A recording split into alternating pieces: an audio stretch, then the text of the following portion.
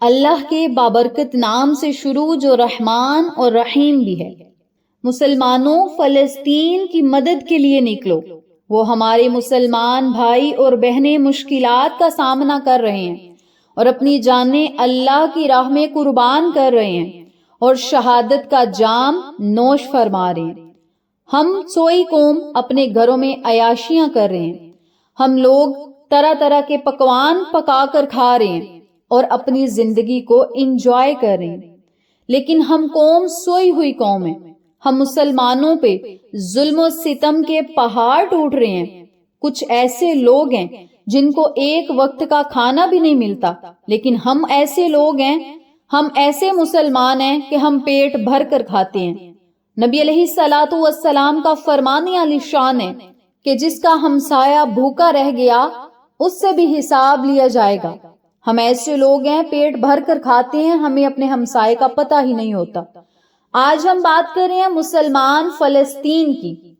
فلسطین کے مسلمانوں کے لیے اگر ہم کوئی اور کام نہیں کر سکتے یا ہم کوئی مدد نہیں کر سکتے، ہم اللہ کے حضور پیش تو ہو سکتے ہیں، ہم اللہ سے دعائیں تو مانگ سکتے ہیں، ہم ان کے لیے مدد تو بھیج سکتے ہیں۔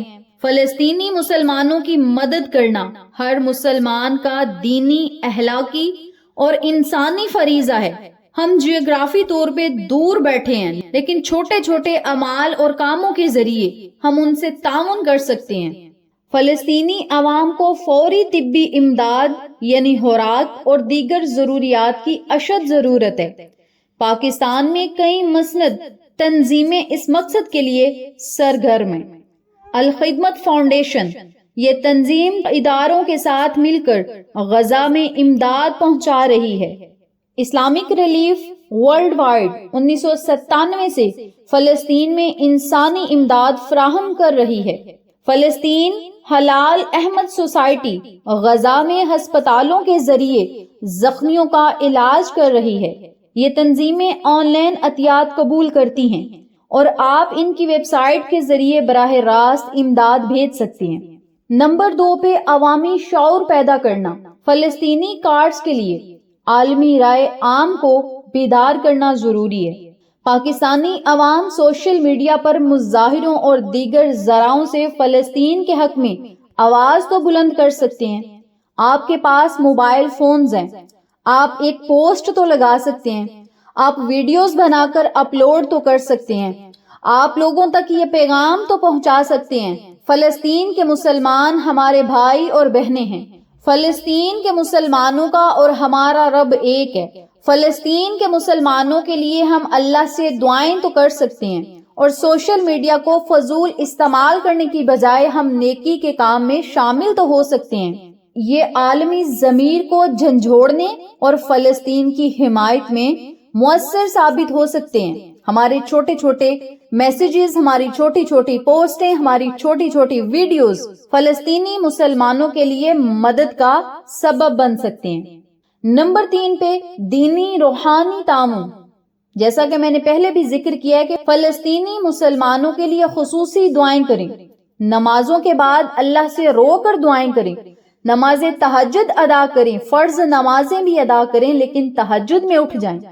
نوجوانوں، جب تہجد میں بندہ اٹھ کر اللہ کے حضور پیش ہو جاتا ہے تو اللہ اس بندے کی طرف دیکھ کر مسکراتا ہے۔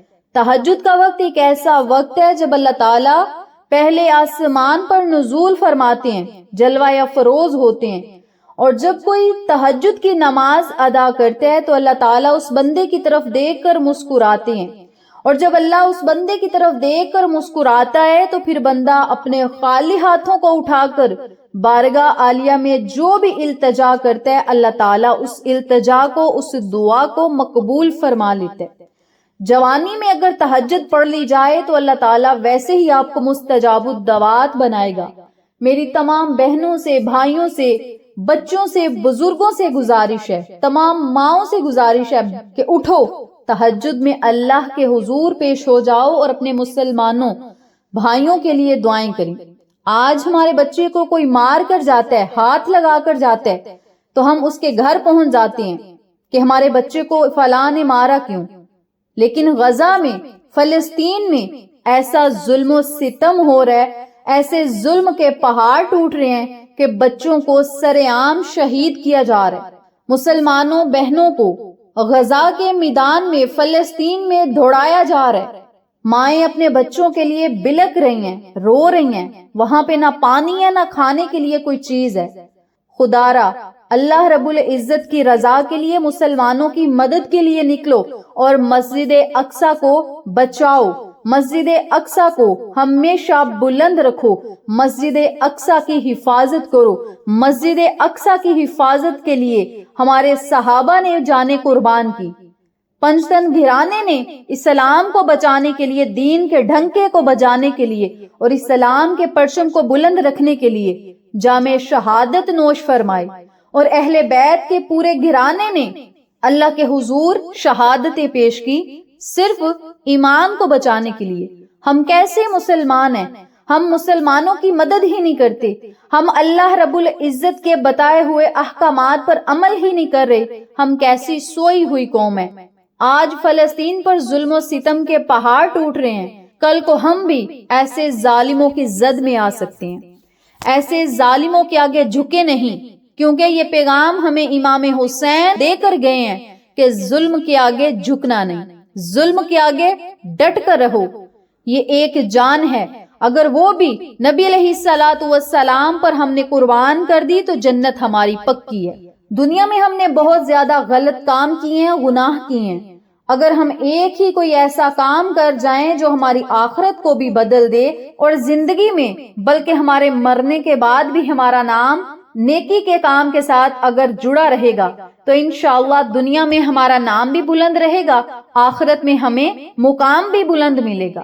تو آپ نے کیا کرنا ہے؟ ظلم کے آگے جھکنا نہیں، ڈٹ کر مقابلہ کرنا ہے۔ انشاءاللہ فتح اسلام کی ہوگی، انشاءاللہ فتح سچ کی ہوگی۔ تو آپ نے فلسطینی بہنوں کے لیے، بھائیوں کے لیے خصوصی دعائیں کرنی ہیں، اور دعائیں کرنا ہماری ذمہ داری بھی ہے۔ جمعۃ المبارک کے دن خطاب میں علماء کرام سے گزارش ہے کہ خطاب میں فلسطین کے مسائل کو اجاگر کریں اور مسلمانوں کو ان کی ذمہ داریوں کا احساس دلائیں۔ نمبر 4، سیاسی اور سفارتی کوششیں۔ پاکستانی حکومت اور سفارتی ادارے عالمی فورمز پر فلسطینیوں کے حق میں آواز بلند کریں۔ یہ عالمی برداری کو فلسطینیوں حالت زار سے آگاہ کرنے اور ان کے حقوق کی بحالی کے لیے دباؤ ڈالنے میں مددگار ثابت ہو سکتا ہے۔ تو ہماری حکومت سے یہ گزارش ہے کہ فلسطینیوں کے لیے کچھ نہ کچھ تو کوشش کر دیں۔ اللہ کے حضور بھی پیش ہونا ہے، نبی علیہ السلام کو کیا ہم منہ دکھائیں گے؟ ہم کیسے مسلمان ہیں؟